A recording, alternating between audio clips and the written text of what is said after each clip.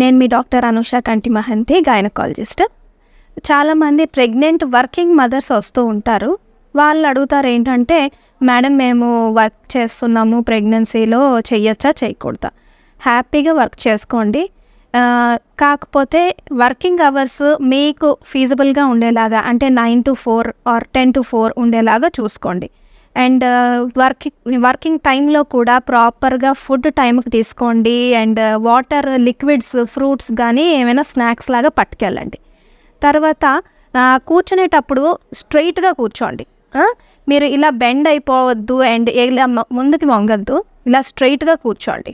So that me pelvis alignment కరెక్ట్గా ఉంటుంది and back pain రాకుండా ఉంటుంది. తర్వాత ఇంకోటి ఏంటంటే, మెయిన్ ఇంపార్టెంట్ థింగ్, మీరు వర్కింగ్ అయినా కూడా exercise is a must. Exercise అంటే చిన్న చిన్న వాకింగ్ కానీ, చిన్న ఎక్సర్సైజెస్ కానీ ప్రెగ్నెన్సీలో చేసుకుని మీరు యాక్టివ్గా ఉంటే చక్కగా నార్మల్ డెలివరీ అయ్యే అవకాశాలు ఉంటాయి.